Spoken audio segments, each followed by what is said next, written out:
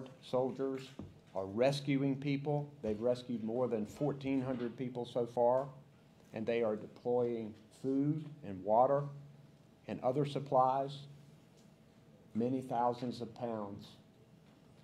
We're grateful for the quick actions and close communications that we have had with the President and with the FEMA team. Mr. Secretary, we're grateful to you and the President for sending Administrator Criswell, who has been on the ground with me in Western North Carolina as we are working to coordinate this massive, massive surge of help to Western North Carolina.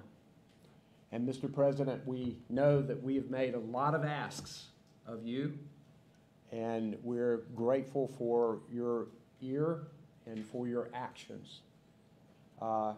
This is going to be a long and difficult recovery, but talking with person after person in Western North Carolina, I know that we can come back and that we will come back because the people of Western North Carolina are resilient.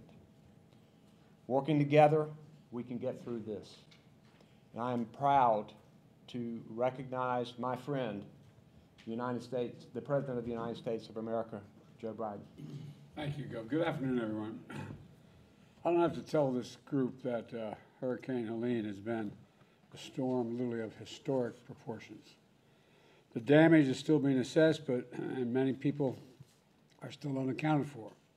So I'm here to say the United States, the nation, has your back. The nation has your back. We're not leaving until you're back on your feet completely. You know, we're in a situation where earlier this morning I met with state and local police in Greenville, South Carolina. Then I took an aerial tour of Western North Carolina to survey the damage. And came here in Raleigh to receive a briefing from all of you. And we've been working nonstop to provide the support that you need and the survivors need. You know, my heart goes out to everyone who has experienced the unthinkable loss, but we're here for you.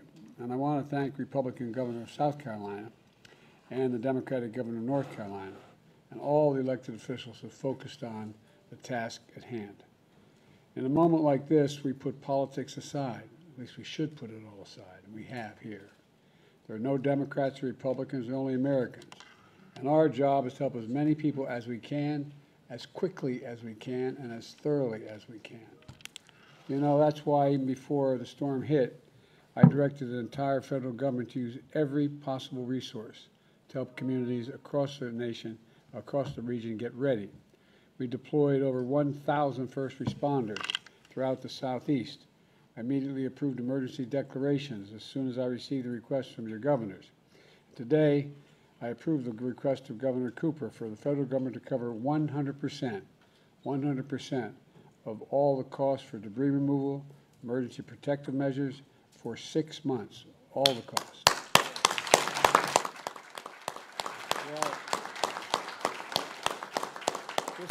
this really matters. There are 70 North Carolinians who are dead and hundreds more who are unaccounted for. And much of Asheville is underwater. I've flown over an awful lot of storm-damaged areas since I've been president. Matter of fact, many of them forest fires. And the FEMA director and I have flown over more forest that's been taken down to the ground because of fires and a whole range of other reasons than makes up the entire state of Maryland. And so I've seen a lot, but we're looking at Asheville and just imagining what it must have been like sitting along those rivers and streams as all that rain came down. What, 19 inches of rain, something like that? Incredible amount of rain. Watching homes, you could see homes that are moved clearly from one side of the river down the river to another side of the river. And can only imagine what it's like to have been in one of those homes. And much of Asheville was underwater. Much of it was underwater. It was a beautiful, beautiful part of the country. I've been to Asheville before. It's a magnificent part of Appalachia. Much of it was underwater. Communities like Chimney Rock are reduced to piles of wood and debris. I mean, you look down, that's what you see as we flew over and circled in a helicopter. And this is going to pay for, this will pay for the urgent work you need to clear landslides, to provide shelters, and supply food and medicine. But today, I'm also directing the Department of Defense to move up 1,000 soldiers to reinforce North Carolina's National Guard because they need additional assistance. These soldiers are out of Fort Liberty, right here in North Carolina, and are available for responsive operations starting today. They're going to speed up the delivery of life-saving supplies like food, water, and medicines to isolated communities over what the Pentagon calls the last tactical mile. The last tactical mile. Simply put, we've got the capabilities to get the job done, and we're going to get it done fast as possible. I've also directed the development of deployment of Starlink satellites. 50 are in place right now. More are going to be put in place so people in places like Canton can call for help and reach the ones that loved ones who they're not sure of anybody other than that phone because of no cell service. And on top of this, the FEMA teams are offering free temporary housing and hotel rooms for eligible residents. They're continuing to send helicopters and trucks to deliver hundreds of thousands of meals and liters of water in communities every single day. And they're literally knocking on doors and visiting shelters to register folks so they can receive assistance to buy the urgent needs that they have because they've lost everything, like prescriptions and baby formula and essentials. This is a direct assistance that is being delivered here today, not later, but today. And so, but folks, it's going to cost us billions of dollars. It's going to cost billions of dollars to deal with this storm and all the communities affected. And Congress has an obligation to ensure the states have the resources they need.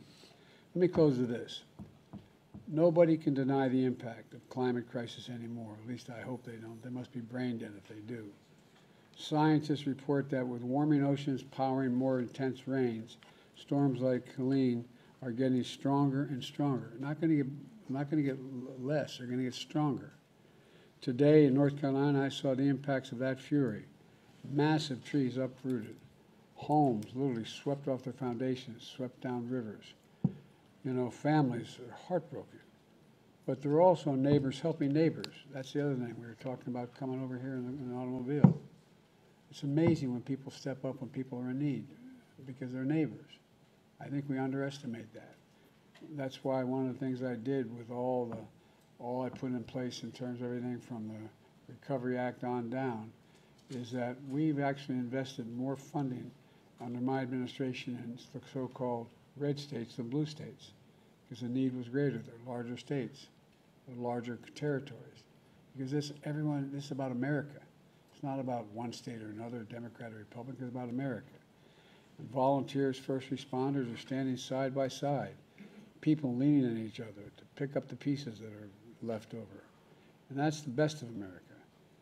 I firmly believe, and I've said this, saying it for 3 years, there's nothing beyond our capacity to do. Nothing, nothing, nothing. This is the United States of America, for God's sake. Whenever we work together, we've never failed to get something done. So I thank everyone who has been working tirelessly and cold, wet, and hungry to get the job done. And Kamala and I are here until the end. I want to God bless you all, and I'd like to turn it now over to Director Will Ray. Thank you, Mr. President. On behalf of the State Emergency Response Team, the folks you see here, the folks downrange at our regional coordination centers in the West, as well as those in the impacted communities working night and day, welcome to North Carolina and to the State Emergency Operations Center. This afternoon, we wanted to give you a quick operational update on the impacts of Helene and on the whole of community response that you see here. Beginning last week, September 25th, what began 3 days of extreme and unrelenting precipitation that has led to catastrophic flooding and damage to western North Carolina. We had saturated soils upwards of 9 inches prior to the bands of Helene entering North Carolina. And as you mentioned, we saw significant rainfall across western North Carolina, with the highest rainfall amounts measuring over 31 inches in a 3-day period in Yancey County. With this event, we experienced the full suite of impacts of a hurricane, to include tropical and hurricane force winds across our mountains, with the highest wind gustage around Mount Mitchell at 106 miles an hour. We had 8 confirmed tornadoes across North Carolina as a result of this event, and our peak outages were over 1 million. Those outages are now, due to the work of the partnerships in this room and the hard work of the crews, are down to about 350,000. The impacts from Helene caused flash flooding emergencies for 21 different counties across western North Carolina, which is only used during rare and life-threatening events. The impacts were further compounded by the spread and speed of the water. From an operational standpoint, we're really focused on 3 things currently. 1, continuing life safety missions. 2, this increased speed of commodity distribution into the western part of the state. And 3, support of our infrastructure, particularly healthcare, water, power, and communications. The state emergency response team here remains activated at the state EOC and along with our regional coordination center in the west to continue to support our local jurisdictions in the critical work that they do. We currently have 16 county EOCs that remain open with 29 shelters with just over 1,200 occupants. We have 4 state-operated shelters, state-supported shelters as well in 4 counties, Henderson, Rowan, Buncombe, and Catawba. We also have 3 mass feeding sites supported by our VOAD partners that are distributing hot meals to 30 sites across 10 counties.